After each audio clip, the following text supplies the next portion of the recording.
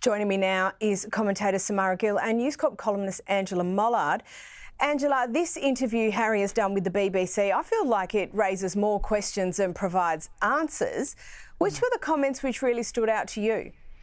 Oh, so many, Caroline. And I think actually the nature of the interview surprised me in and of itself. The fact that he did it so quickly after that Court of Appeal security judgment. There was no taking stock. There was no time to think whether or not this was something that was wise to do. My understanding is that he reached out to the BBC, his people did. They hadn't asked him initially.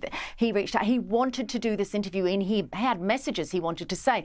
He wanted to say that he wasn't in touch with his father. He wanted to say he didn't know how long his father had left to live. Now, of course, that's an alarming thing when the monarchy depends on stability. For his son to go and say that is deeply concerning. He, of course, as you said that it was the security issue was in an establishment stitch-up. But the thing that really struck me was when he said that if anything were to happen to him because he had been denied security, then blood would effectively be on the hands of the royal family.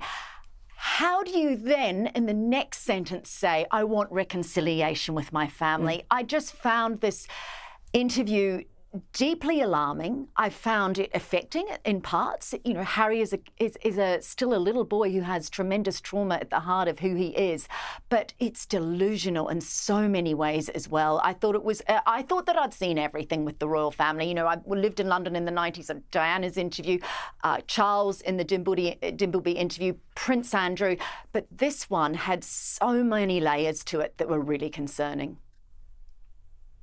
And Samara, like Angela just said, obviously it was right after the judgment and the loss of that appeal to the Home Office. But why now? And what's the actual purpose, do you think?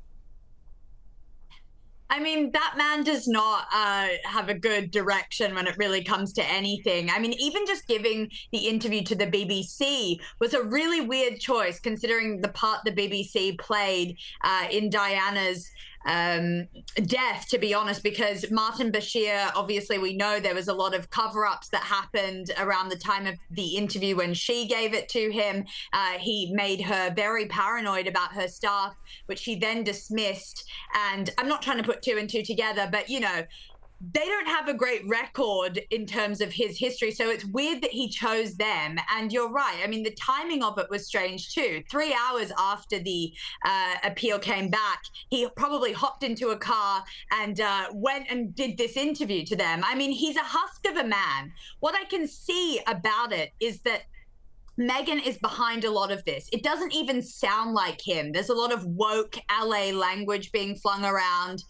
There's a lot of paranoia. And as you alluded to in your intro, there's this cognitive dissonance between what Meghan is trying to push publicly about their happy life in Montecito, their happy marriage with the kids, and how Harry appeared on that devastating interview. And I agree. I mean, to say to the king in his last years, oh, blood is on your hands, effectively, it's egregious. It's unforgivable.